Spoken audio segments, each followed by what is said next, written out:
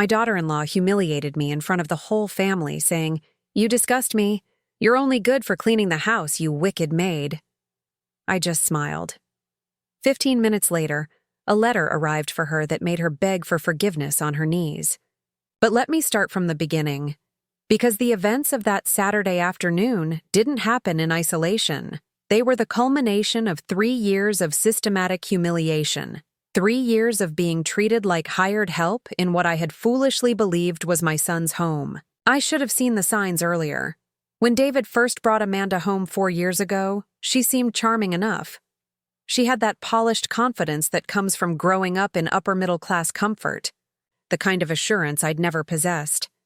Her handshake was firm, her smile practiced, and she looked at our modest neighborhood with the barely concealed disdain of someone already planning improvements. Before we continue, comment where you're watching from and subscribe to the channel.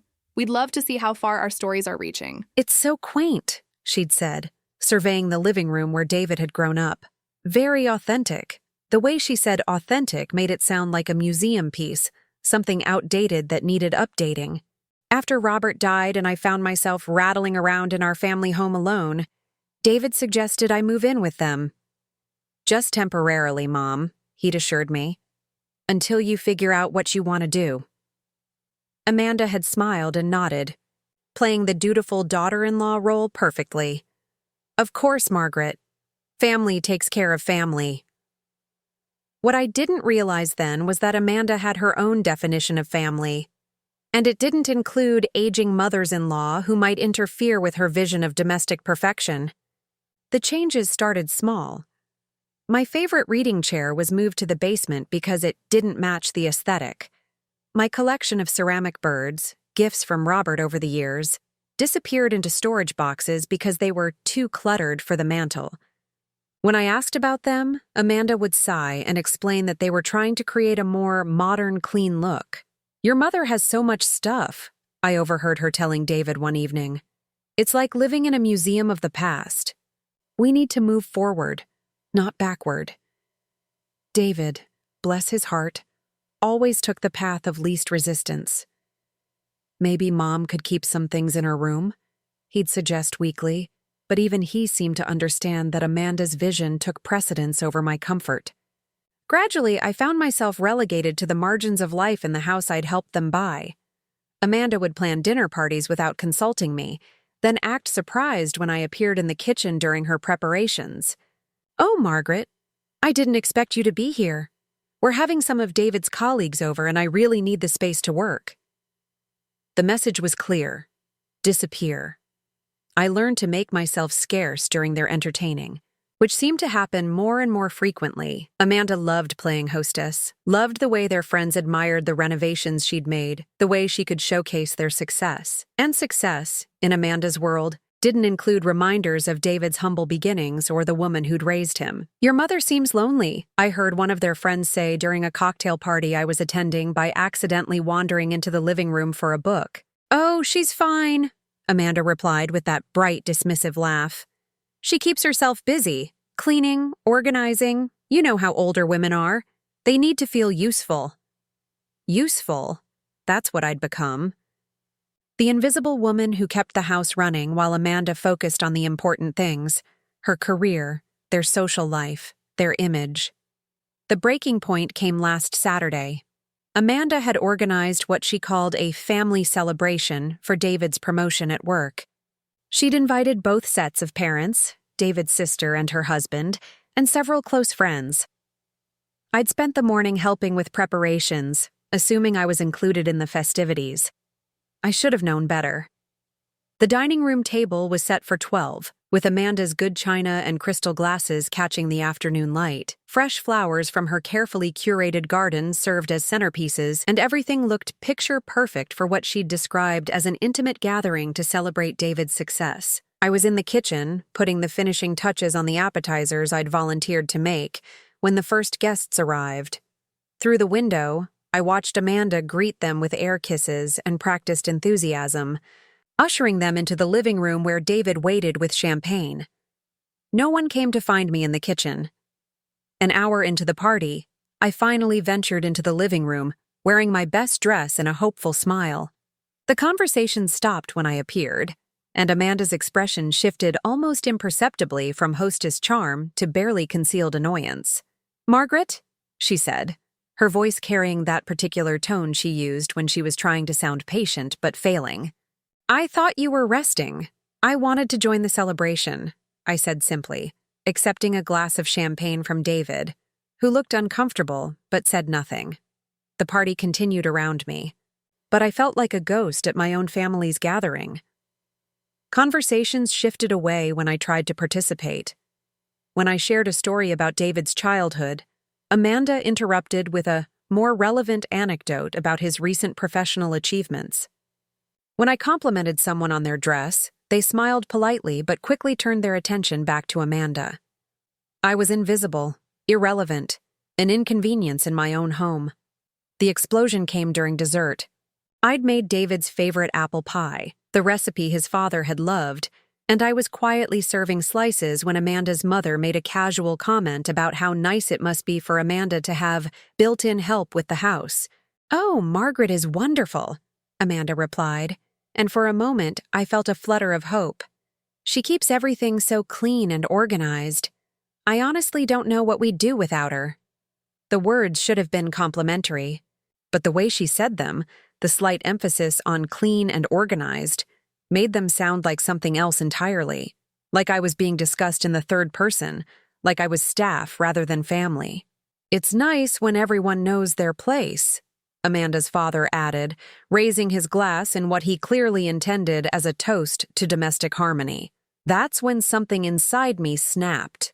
Not visibly, not dramatically, but internally. I felt the last thread of my patience and dignity stretch to its breaking point. "I do know my place," I said quietly, setting down the pie server with deliberate care.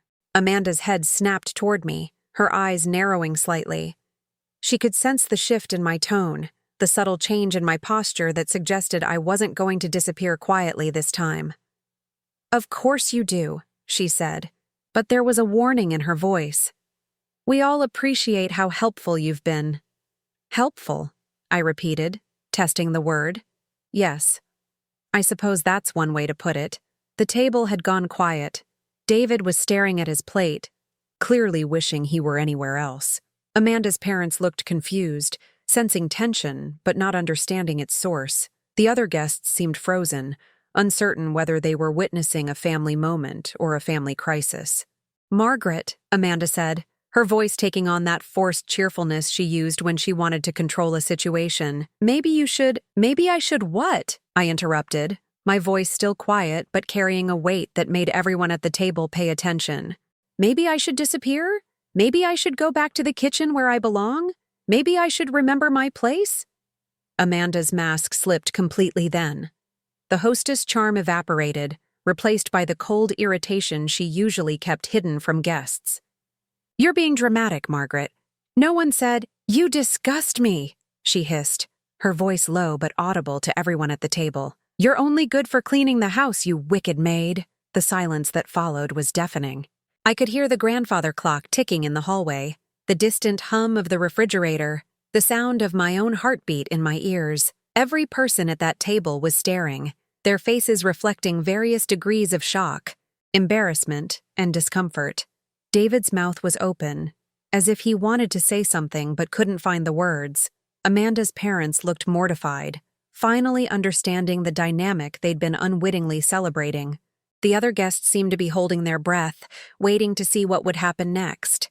And I smiled, not a bitter smile, not a defeated smile, but something else entirely, something that made Amanda take a step back, something that caused the color to drain from her perfectly made-up face. Because I knew something that Amanda didn't know, something that would change everything in exactly 15 minutes when the mail carrier made his Saturday afternoon delivery. I knew who really owned the house she'd just banished me from. 15 minutes. That's exactly how long it took for the universe to shift completely on its axis. I remained seated at the dining room table, my smile still in place while Amanda's words hung in the air like poison gas. The guests were fidgeting uncomfortably, some checking their phones, others suddenly very interested in their dessert plates. David was staring at me with a mixture of mortification and pleading, silently begging me not to make this situation worse. But I wasn't planning to make anything worse. I was simply waiting. Amanda, emboldened by my silence, seemed to think she'd won some kind of victory. She straightened her shoulders and addressed the table with renewed confidence, as if dismissing me had somehow restored order to her perfect dinner party. "I apologize for that outburst," she said, her voice carrying that practiced tone of someone used to managing uncomfortable situations. "Sometimes family dynamics can be challenging, but let's not let it spoil David's celebration." She raised her wine glass, clearly intending to redirect everyone's attention back to the promotion that was supposed to be the evening's focus. But before she could speak, the doorbell rang. "I'll get it," David said quickly, probably grateful for any excuse to escape the tension he'd helped create through his cowardice. "It's probably just a delivery," Amanda said dismissively. "David, leave it. We're in the middle of—" But David was already walking toward the front door, and I could hear him talking to someone. Male voice, official sounding, not a delivery driver. "Margaret Wilson?" I heard the man ask. "I have a registered letter that requires signature." My heart began to pound. Not from anxiety, but from anticipation. I'd been expecting this letter for weeks, ever since I'd received the call from my attorney informing me that all the paperwork had been finalized. "She's my mother," David's voice carried back to the dining room. "I can sign for her if—" "I'm sorry, sir, but this requires the recipient's personal signature. Is Mrs. Wilson available?" I stood up slowly, smoothing down my dress and walking toward the front door with deliberate calm. Behind me, I could feel Amanda's eyes boring into my back, could sense her irritation at this interruption to her damage control efforts. The mail carrier was a middle-aged man with kind eyes who smiled when he saw me. "Mrs. Margaret Wilson? That's me. Registered letter from Patterson, Hayes & Associates. I'll need to see some ID and get your signature here." I signed the electronic pad he handed me, took the thick envelope, and thanked him. As I closed the front door, I could hear the murmur of confused conversation from the dining room. Amanda's voice rose above the others, tight with forced cheerfulness, as she tried to maintain control over her unraveling party. I stood in the hallway for a moment, holding the envelope that would change everything. 4 years ago, when David had first brought Amanda home and she'd started making comments about our quaint neighborhood and authentic decor, I'd made a decision. A quiet, strategic decision that I'd kept to myself all this time. You see, when Robert died, he'd left me the house and a modest life insurance policy. Not enough to be wealthy, but enough to be comfortable. David had been struggling with student loans and the expenses that come with trying to impress a woman like Amanda. So when they'd started talking about wanting to buy their own place, I'd made them an offer. "Let me help," I'd said. "I'll buy a house for you two. Something you can grow into." They'd been thrilled, especially Amanda, who'd immediately started shopping for properties in neighborhoods that reflected her ambitions rather than their actual budget. We'd found this house together, a beautiful colonial in a good area, with enough space for the family they were planning and the entertaining Amanda loved to do. But here's what they didn't know. I'd never transferred the deed to them. The house was purchased in my name, with my money, and legally remained my property. I'd told them I was giving it to them as a wedding gift, and they'd assumed that meant legal ownership had been transferred. But I'd held on to the deed, initially out of simple caution. I wanted to make sure they were settled and stable before making such a major gift official. Then Amanda had started her campaign to erase me from their lives, and I'd realized that holding on to that deed had been the smartest decision I'd ever made. I opened the envelope carefully, pulling out the legal documents that confirmed what I already knew. The property deed, updated and notarized, listing me as the sole legal owner of 847 Maple Street. The house Amanda had been redecorating, the house she'd been using to entertain her friends, the house she'd just banished me from as if I were unwelcome staff. It was mine. All mine. I walked back into the dining room, the documents in my hand. The conversation stopped when I appeared, and all eyes turned to me with a mixture of curiosity and lingering discomfort from Amanda's earlier outburst. "Everything all right, Mom?" David asked. though he looked more concerned about prolonging the awkwardness than genuinely worried about my welfare. "Everything's perfect," I said, my voice calm and clear. I looked directly at Amanda, who was watching me with narrowed eyes, clearly sensing that something had shifted, but not understanding what. "Just some legal paperwork," I continued, setting the documents on the table next to my untouched slice of apple pie. "About the house." Amanda's face went pale. "What about the house?" I picked up the deed, holding it so she could see the official seal, the legal language, the signature that made it binding. I thought it was time everyone knew the truth about our living arrangements. The silence that followed was different from the earlier shocked quiet. This was the silence of people beginning to understand that they'd misunderstood something fundamental, something important. "I don't understand," Amanda said, but her voice had lost its earlier confidence. She was staring at the document in my hands as if it might bite her. "This house," I said, gesturing around the dining room where she'd just humiliated me in front of a dozen people, "legally belongs to me. I purchased it 4 years ago as a gift for you and David, but I never actually transferred ownership. The deed remains in my name." David's face went through several expressions in rapid succession: confusion, disbelief, and then a dawning horror as he began to understand the implications of what I was saying. "Mom, that's impossible. You gave us this house. We've been living here for 3 years. We've made improvements. You've been living in my house," I corrected gently, "making improvements to my property. With my permission, of course, but not with legal ownership." Amanda stood up so quickly her chair nearly toppled backward. "You're lying! This is some kind of trick. David, tell her she's lying." But David was staring at me with the expression of someone who was finally seeing clearly for the first time in years. "Mom, why didn't you tell us?" "Because I wanted to see what kind of people you really were," I said simply. "I wanted to see how you'd treat me when you thought I was dependent on your charity instead of the other way around." The guests were beginning to shift uncomfortably, clearly recognizing that they were witnessing something far more significant than a family squabble. Amanda's parents looked mortified, finally understanding that their daughter had just brutally insulted the woman who owned the house they were eating in. "This is ridiculous," Amanda said, but her voice was shaking now. "Even if that's true, you can't just throw us out. We have rights, tenant rights." I looked at her with something that might have been pity. "Do you have a lease, Amanda? Any kind of rental agreement?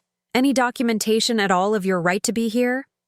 The color drained completely from her face. Of course they didn't have a lease.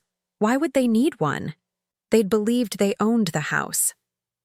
"You planned this," she whispered. And for the first time since I'd known her, Amanda looked genuinely vulnerable. "You've been planning this whole thing."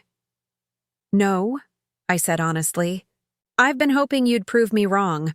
I've been hoping that you'd show some basic decency, some respect for the woman who raised the man you claim to love.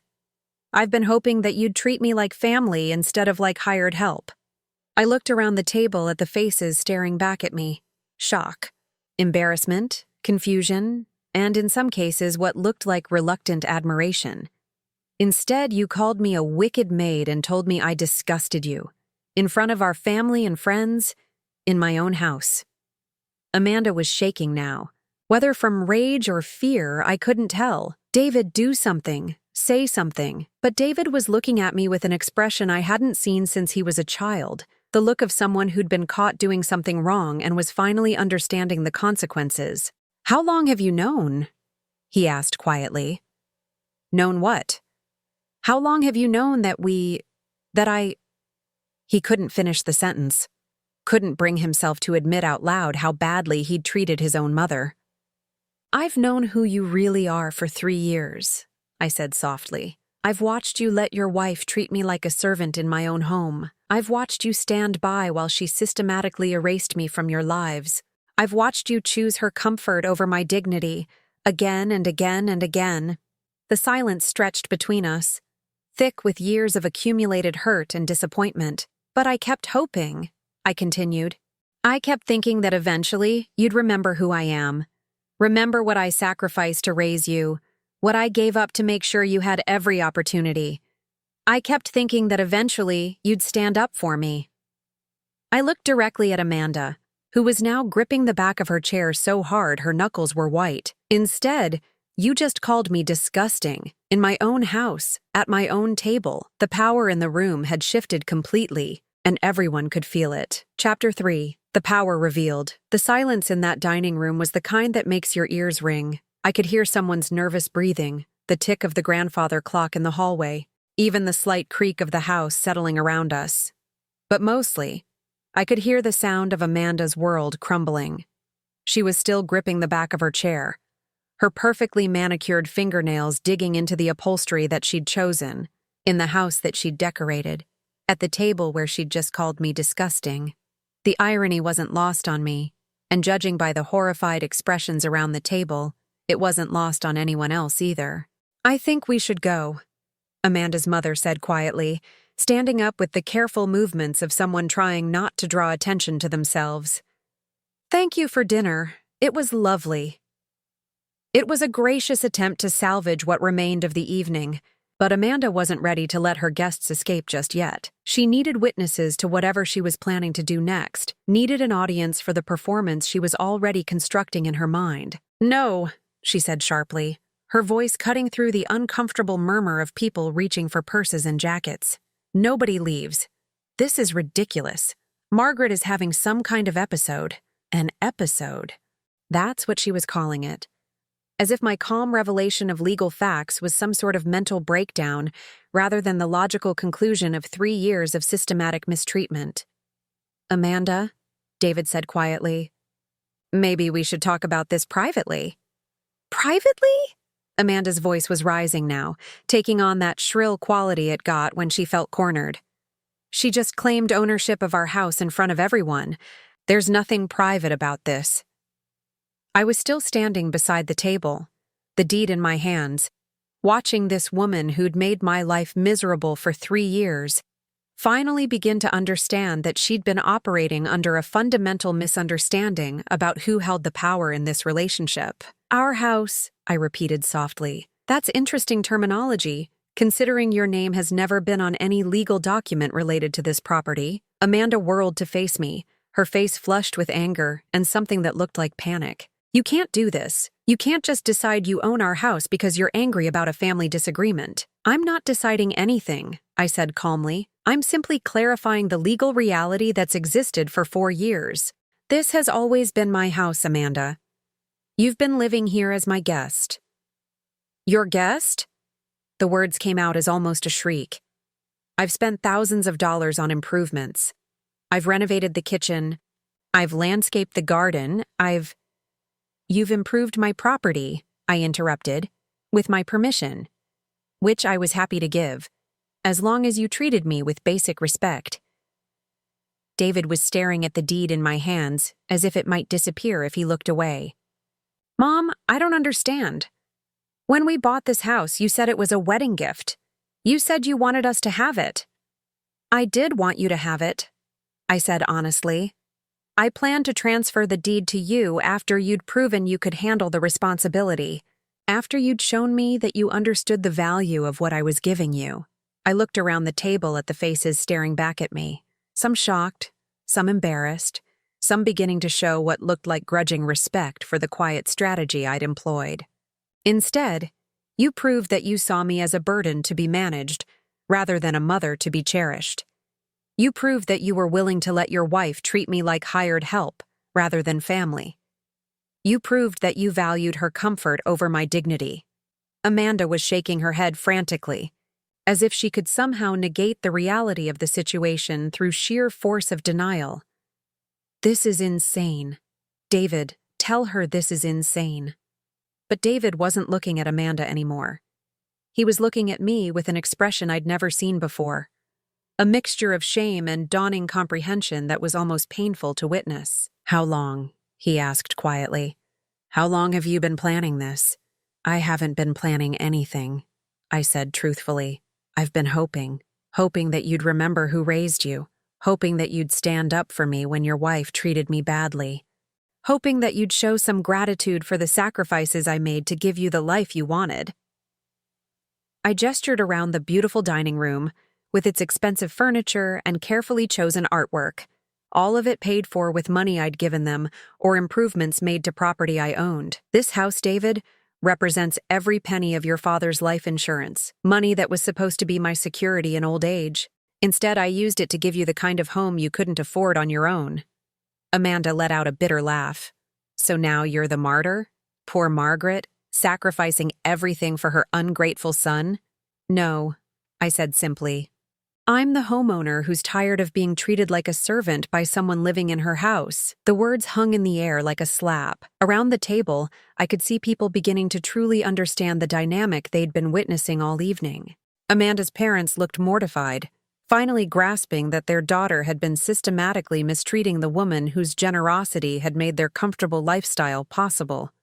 You want us to grovel, Amanda said, her voice dripping with resentment. You want us to apologize and beg forgiveness for not worshiping at the altar of St. Margaret? I want you to treat me like a human being, I replied evenly. I want you to acknowledge that I'm David's mother, not your personal housekeeping service. I want you to stop erasing me from my own family. David was still staring at the deed, and I could see him working through the implications of what I'd revealed. The house payments they thought they'd been making, mortgage payments on a house they thought they owned. Where had that money been going? The mortgage, he said suddenly, looking up at me with wide eyes. We've been making mortgage payments for 3 years. If you own the house outright, there is no mortgage, I said quietly. I bought this house with cash.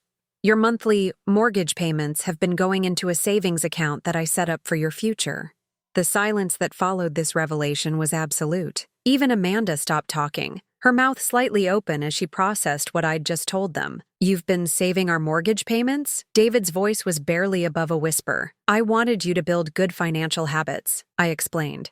I wanted you to feel the responsibility of home ownership, even if you weren't technically owners yet. I thought that if you could prove you were responsible with money, responsible with property, responsible with family relationships, then I'd transfer the deed and give you the savings as a nest egg for your future. Amanda was staring at me with an expression of pure hatred. You manipulative bitch. The words fell into the silence like stones into still water, creating ripples of shock that spread across every face at the table.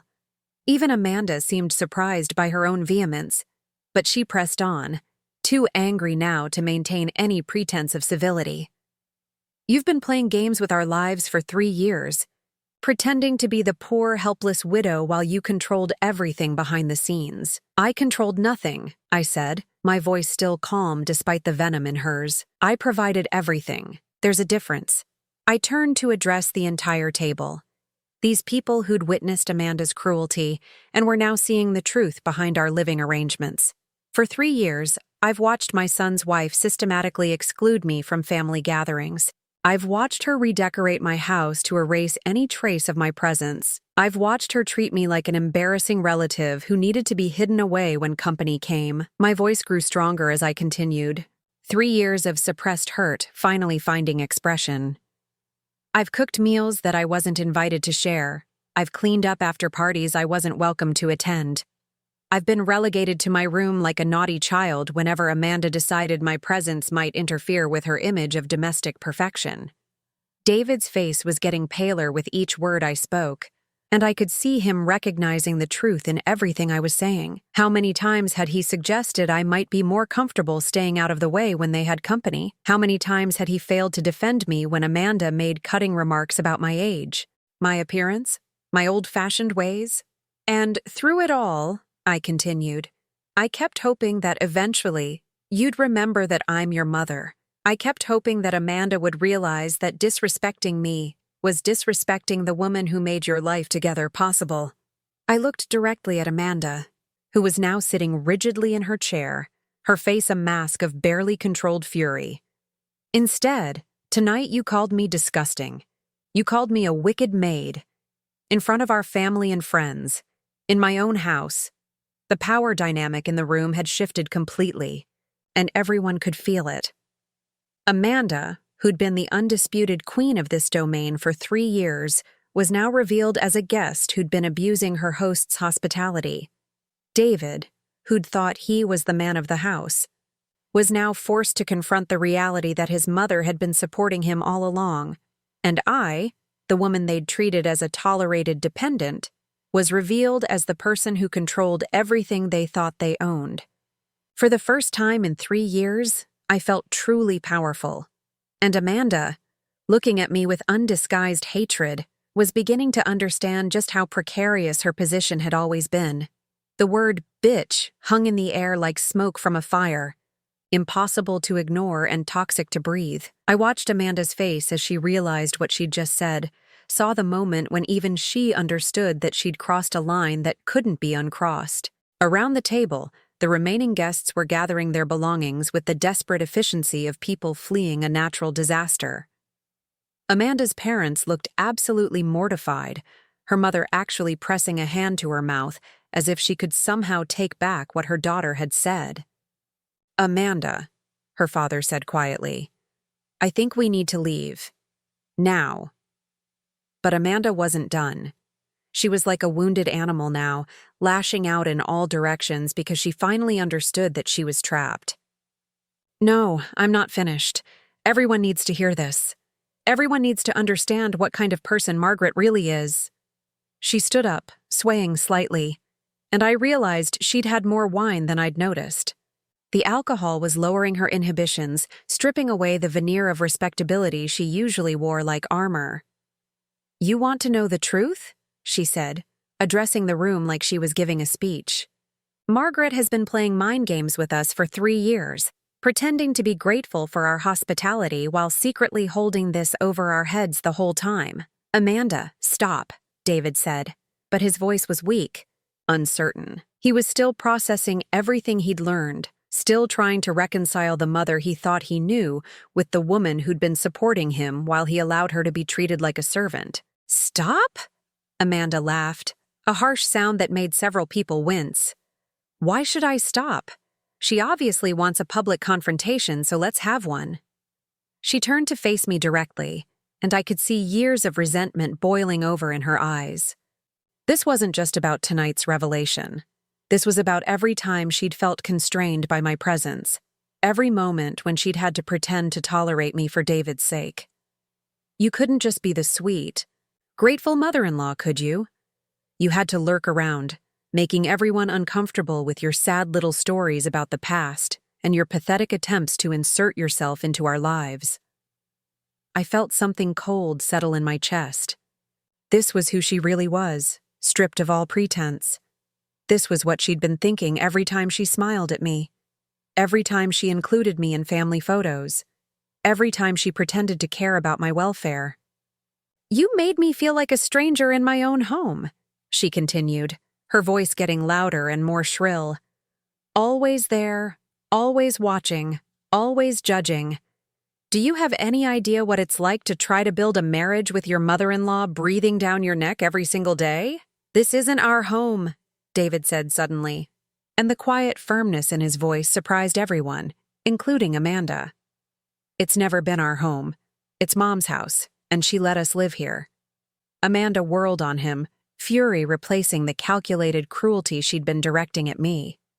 "Don't you dare take her side now. Not after everything we've built together." "Built with what?" David asked, and I could hear something breaking in his voice. "Built with her money, in her house, while treating her like an unwelcome guest?" For the first time since I'd known him as an adult, my son was standing up to his wife, not for me exactly, but for the truth. And watching him find his spine after 3 years of spineless accommodation was almost as satisfying as seeing Amanda's world crumble. "This is exactly what she wanted," Amanda snarled. "She wanted to turn you against me. She's been planning this manipulation for years." "The only thing I've been planning," I said quietly, "is to see if you were capable of basic human decency." "You've answered that question quite thoroughly." I looked around the dining room, taking in the scene we'd created. Most of the guests had fled, leaving only Amanda's parents, David's sister and her husband, and one brave couple who seemed too shocked to move. "I think it's time for everyone to go home," I said, my voice carrying the unmistakable authority of a homeowner addressing uninvited guests. "Amanda and David and I have some things to discuss." Amanda's mother approached me hesitantly, her face flushed with embarrassment.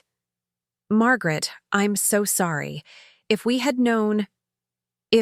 understood the situation, you couldn't have known, I said gently. Amanda is very good at presenting herself in the best possible light. It was a kind way of saying that her daughter was a manipulative liar, and we both understood it. She nodded gratefully and hurried toward the door, her husband following with the grim expression of a man who knew he'd be having a very difficult conversation with his daughter later. Within 10 minutes, the house was empty, except for the three of us. The dining room looked like the aftermath of a battle, with abandoned wine glasses and crumpled napkins scattered across the table, the remains of my apple pie sitting forgotten in the sudden quiet. Amanda was still standing beside her chair, but the righteous anger had drained out of her, leaving her looking smaller somehow. Without an audience to perform for, she seemed to deflate, and I could see her beginning to calculate her next move. David was sitting with his head in his hands, the deed still on the table in front of him like evidence of a crime he'd committed. "So what now?" Amanda asked, and for the first time since I'd known her, she sounded uncertain, almost vulnerable. "What do you want from us?" It was a good question, and one I'd been considering for weeks as I prepared for this moment. What did I want? Revenge? Apologies? Some kind of dramatic comeuppance for the years of disrespect and exclusion? "I want to live in my own house without being treated like hired help," I said simply. "I want to be included in family decisions instead of being presented with fate's accomplice. I want to be treated with the respect due to the woman who raised your husband and provided your home." Amanda's eyes narrowed. "And if we can't do that?"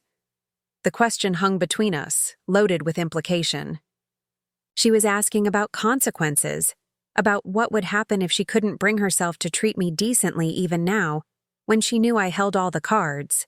"Then you'll need to find somewhere else to live," I said calmly. "This is my house, Amanda. I've been gracious enough to share it with you for 3 years, but I won't be disrespected in my own home anymore." "You can't just throw us out," she said, but there was no conviction in her voice. She knew I could do exactly that. "I can give you notice to vacate," I replied. "Legally, you're month-to-month tenants without a lease. I believe 30 days is standard." David's head snapped up. "Mom, you wouldn't actually kick us out, would you?" The hope in his voice was painful to hear. Even now, even after everything that had happened, he was still looking for the easy way out, still hoping that somehow this could all be smoothed over without any real consequences for his behavior. "That depends entirely on you and Amanda," I said, "on whether you're capable of treating me like family instead of like a burden you're forced to tolerate." Amanda was staring at me with something that looked like grudging respect mixed with pure hatred. She was finally seeing me clearly, not as the pathetic widow she'd been managing for 3 years, but as the woman who controlled everything she thought she owned. "You want us to grovel," she said flatly. "I want you to behave like decent human beings," I corrected. "The fact that you see basic respect as groveling says more about you than it does about me." David stood up suddenly, pacing to the window that looked out over the backyard Amanda had spent so much time and my money redesigning. "I need to understand something," he said without turning around. "The savings account? The one with our mortgage payments? How much is in there?" I told him the amount, and I watched his shoulders sag as he processed what that number meant. 3 years of payments plus interest amounted to a substantial sum. Money that could have been a down payment on their own house, or seed money for a business, or security for their future. Money that I'd been holding in trust for them, waiting for them to prove they deserved it. "Jesus, Mom," he whispered. "We could have bought our own place with that money." "Yes," I agreed. "You could have, but you didn't need to, because I was giving you this one." All I asked in return was to be treated like family. Amanda was doing her own calculations, and I could see her working through the implications of what I'd revealed. The house was worth far more now than when I'd bought it, thanks partly to the improvements she'd made, but mostly to the natural appreciation of real estate in our neighborhood. The savings account represented money they'd thought was gone forever, money they could access if they could somehow repair this relationship. But repair would require Amanda to do something she'd never done before, admit she was wrong. "What exactly are you proposing?" she asked finally, her voice carefully controlled. I'm proposing that we start over, I said. I'm proposing that you acknowledge this is my house, and I'm your hostess, not your servant. I'm proposing that you include me in family decisions and social gatherings instead of trying to hide me away. I'm proposing that you treat me with the courtesy you'd show any other family member. And in return, you continue to live here rent-free. The savings account remains yours when you eventually move out or when I transfer the deed. And I continue to be the mother-in-law who helped make your comfortable lifestyle possible instead of the enemy you've turned me into. It was a generous offer, more generous than she deserved after tonight's performance. But I wasn't interested in destroying them. I was interested in reclaiming my dignity and my place in my own family. Amanda was quiet for a long time, staring at the table where she'd served so many dinners without inviting me to join, where she'd entertained so many friends while treating me like invisible staff. When she finally looked up at me, her eyes were hard but calculating. She was a smart woman, smart enough to recognize a lifeline when it was thrown to her. "And if I can't do that?" she asked. "If I can't pretend to respect you after all of this?" "Then you have 30 days to find a new place to live," I said simply. "And you leave with nothing but what you brought when you moved in." The ultimatum was clear, and we all understood it. Amanda could swallow her pride and learn to treat me decently, or she could lose everything she thought she'd built in the last 3 years. The choice was entirely hers. Chapter 5. Begging on her knees. 3 days. That's how long it took for Amanda to break. 3 days of living in a house where she suddenly understood that every room, every piece of furniture, every carefully chosen paint color existed at my discretion. 3 days of David looking at her with a mixture of disappointment and dawning awareness that made her increasingly desperate. 3 days of realizing that her entire life had been built on a foundation that could be swept away with 30 days' notice. I spent those 3 days doing exactly what I'd been doing for years, maintaining the house, preparing meals, going about my daily routine. But now everything was different. Now when I arranged flowers in the living room, it was because I was decorating my own home. When I cooked dinner, it was because I was choosing to feed my family. When I sat in the good chair watching television, it was because I was relaxing in my own living room, not seeking permission to exist in someone else's space. The psychological shift was profound, for all of us.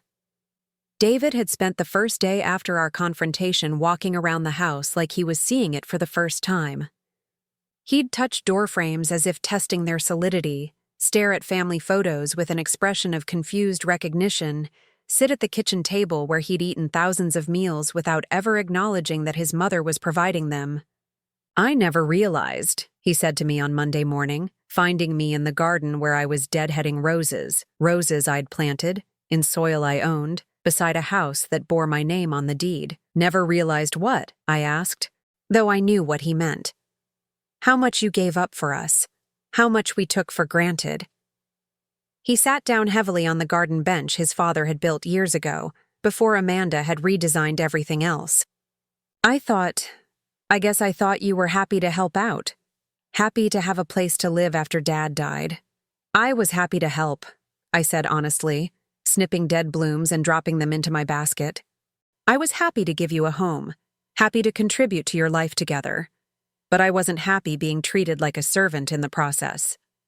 He was quiet for a while, watching me work with hands that had grown strong from years of gardening, cooking, cleaning, all the labor that Amanda had dismissed as the natural function of an aging woman who needed to feel useful. "She's not eating," he said finally. I paused in my pruning. "Amanda." "She sits at the breakfast table moving food around her plate. She's lost weight. She looks," he struggled for the right word, "haunted." I felt a complicated mixture of emotions at this news. Not satisfaction exactly, but a kind of grim validation. For 3 years, Amanda had systematically made me feel unwelcome in my own home, had worked to make me invisible, irrelevant, burdensome.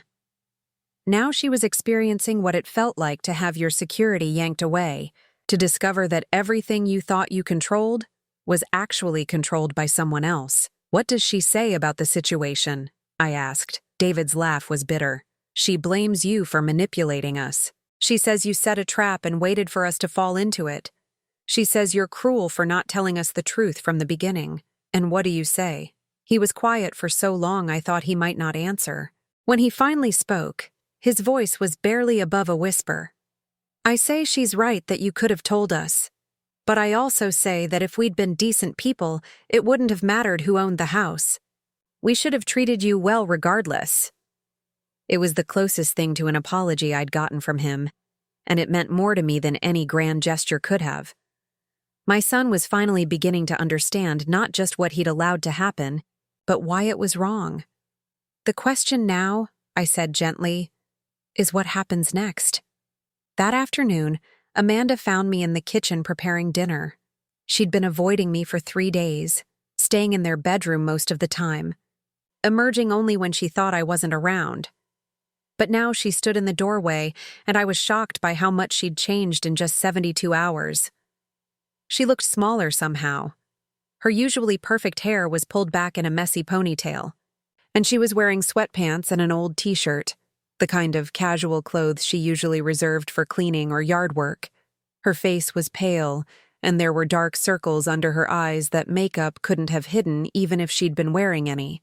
"We need to talk," she said, her voice hoarse as if she'd been crying. I continued chopping vegetables for the stew I was making, not because I was trying to be dismissive, but because I'd learned over the years that difficult conversations often went better when your hands were busy with familiar tasks. "I'm listening," I said. She moved into the kitchen hesitantly, like she was entering foreign territory, which in a way she was. For 3 years, this had been her domain, the space where she'd planned meals and entertaining, where she'd made decisions about groceries and dinner parties and holiday celebrations.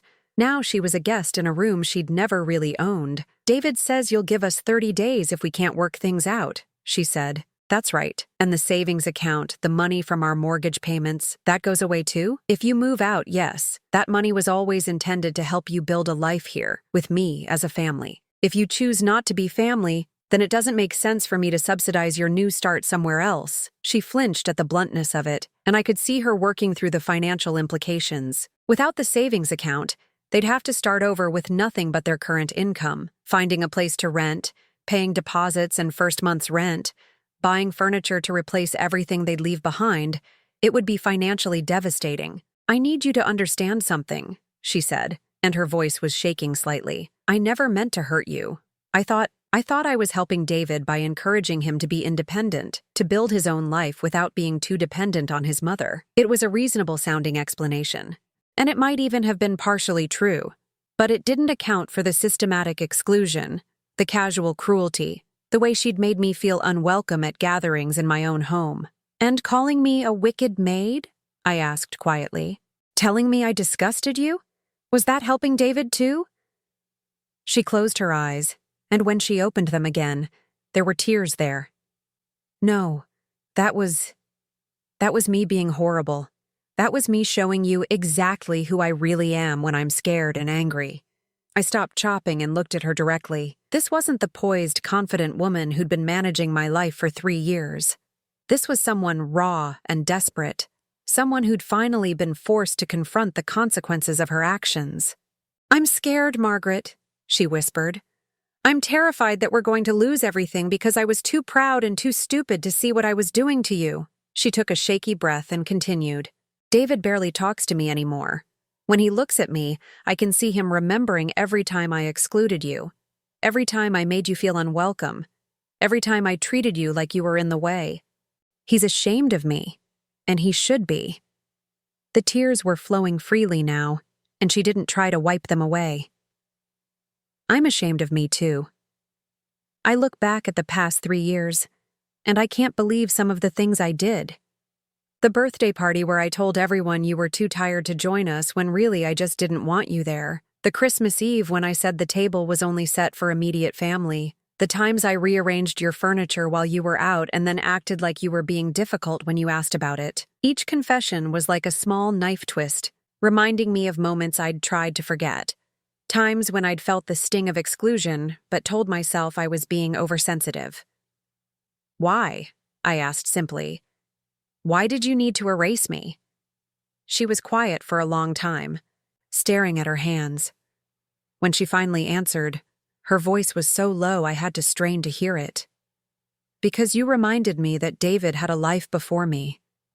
Because when you told stories about his childhood or shared memories of his father, it made me feel like an outsider in my own marriage.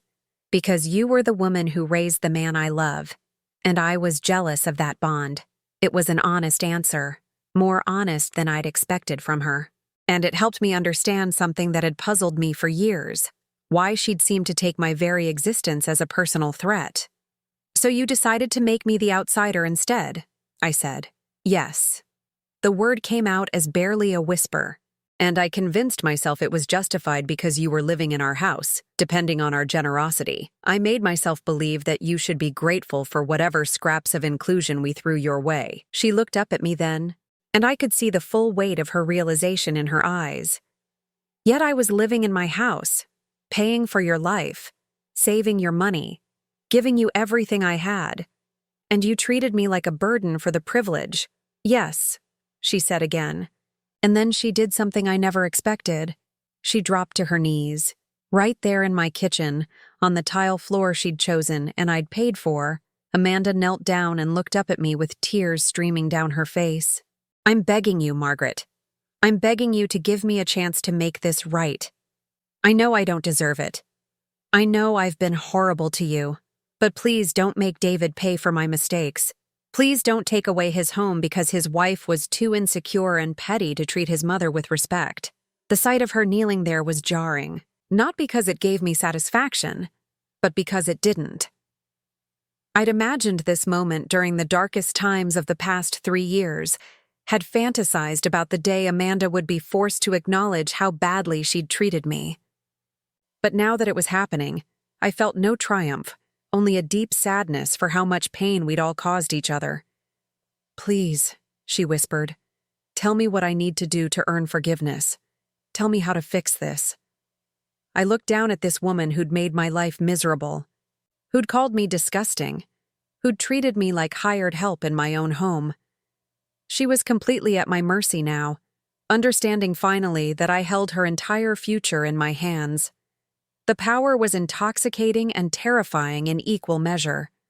And I had to decide what kind of person I wanted to be with. I looked down at Amanda kneeling on my kitchen floor, tears streaming down her face, and felt something I hadn't expected. Exhaustion. Not triumph, not vindication, just a bone-deep weariness from 3 years of fighting for basic human dignity in my own home. Get up, I said quietly. She looked up at me with red-rimmed eyes, uncertainty flickering across her face. Margaret, Get up, Amanda. I'm not going to have a conversation with you while you're on your knees. She rose slowly, wiping her face with the back of her hand, and I gestured toward the kitchen table where we'd shared so few meals together, despite living under the same roof for 3 years. Sit, I said, and she obeyed immediately. I finished chopping the vegetables for my stew, taking my time, letting the silence stretch between us while I processed everything she'd told me. Her confession about jealousy, about feeling threatened by the bond between David and me, had illuminated something I'd never fully understood. Amanda hadn't just been cruel, she'd been insecure, terrified that she could never compete with a lifetime of history and love. It didn't excuse her behavior, but it explained it. You want to know how to fix this? I asked finally, setting down my knife and turning to face her. She nodded eagerly, leaning forward like a student waiting for crucial instruction. You start by understanding that this isn't about forgiveness, Amanda. This is about change.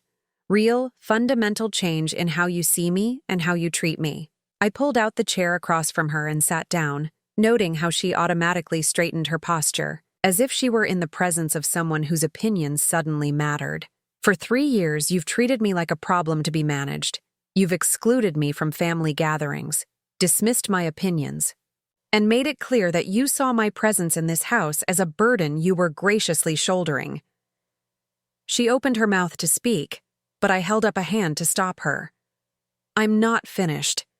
You convinced my son that his mother was too needy, too clingy, too stuck in the past. You made him ashamed of the woman who raised him, ashamed of our relationship, ashamed of his own history. The words were coming easier now. 3 years of suppressed hurt finally finding expression in a space where I knew I'd be heard.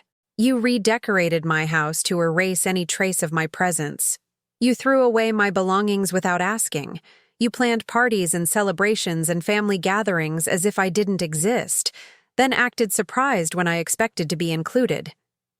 Amanda was crying again, but quietly now, tears sliding down her cheeks as she absorbed the full catalog of her cruelty. And the worst part, I continued, is that you did all of this while living rent-free in my house, eating food I bought, enjoying a lifestyle I was subsidizing. You took my generosity and twisted it into evidence of my dependence. I know, she whispered. I know, and I'm so sorry. Sorry isn't enough, I said firmly. Sorry is what you say when you accidentally step on someone's foot. What you did was systematic, deliberate, and cruel. Sorry doesn't fix 3 years of emotional abuse.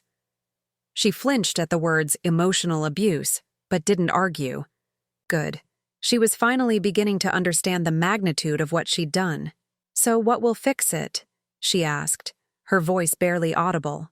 I leaned back in my chair, studying her tear-streaked face. 3 days ago, this woman had called me disgusting, had tried to have me removed from my own dining room like unwanted staff. Now she was begging for the chance to make amends. You're going to learn what it means to be part of a family instead of its dictator, I said. You're going to include me in decisions about holidays, celebrations, household changes. You're going to ask my opinion and actually listen to my answers. You're going to stop treating this house like your personal kingdom and start treating it like the home I'm graciously sharing with you.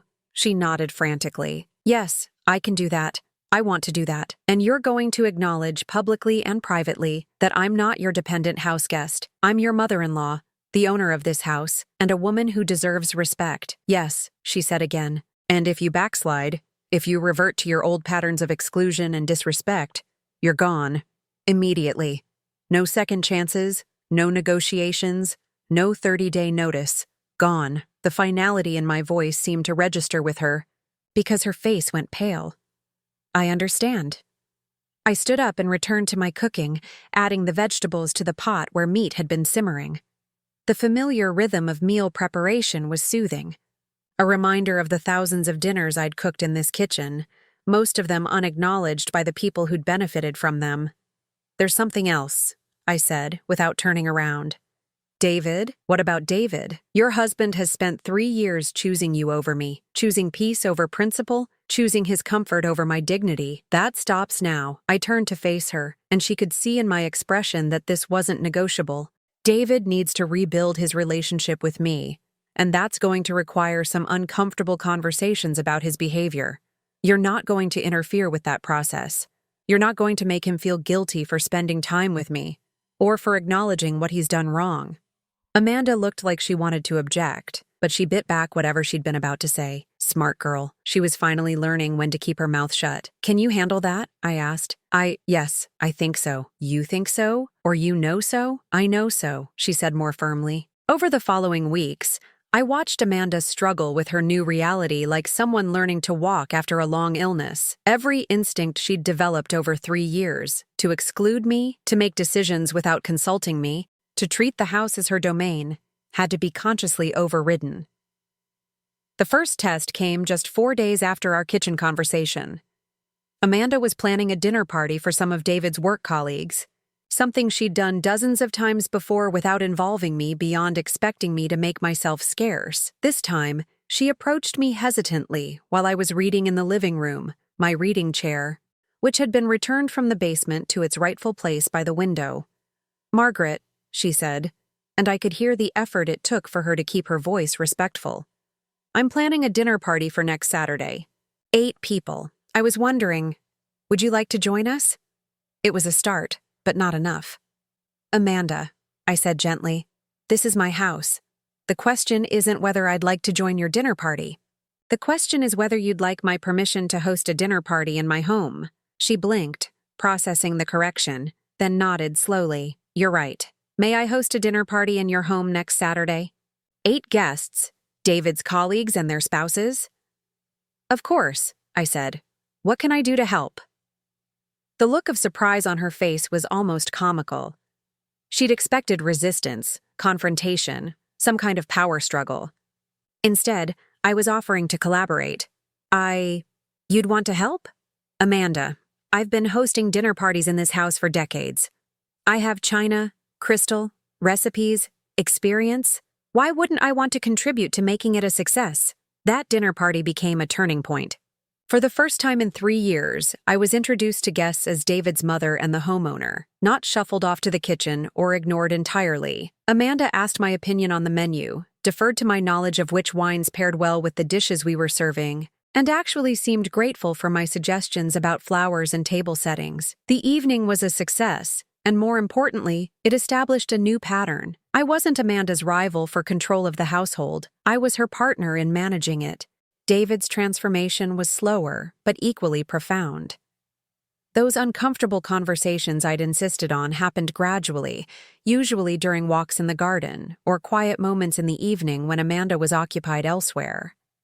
I keep thinking about Dad, he said one evening as we sat on the back porch watching the sun set over the yard his father had landscaped 20 years earlier. What about him? How disappointed he'd be in me. How he'd react if he knew I'd let Amanda treat you the way she did. His voice was thick with regret, and I could see him struggling with the weight of his own behavior. Your father would be disappointed, I agreed.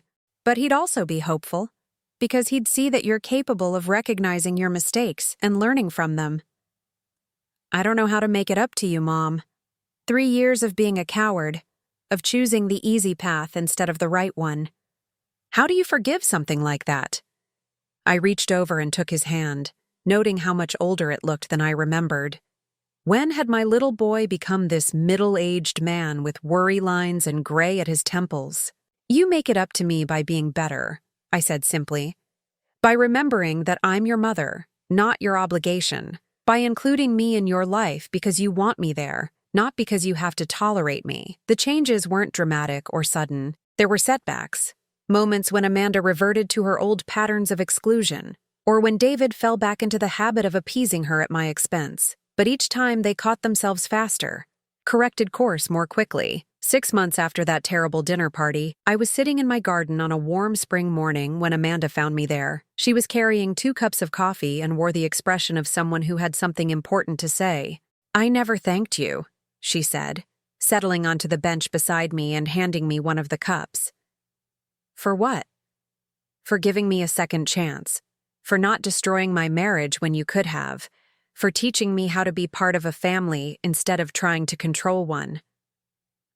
I sipped my coffee, considering her words. I didn't do it for you, Amanda. I did it for David, and for me.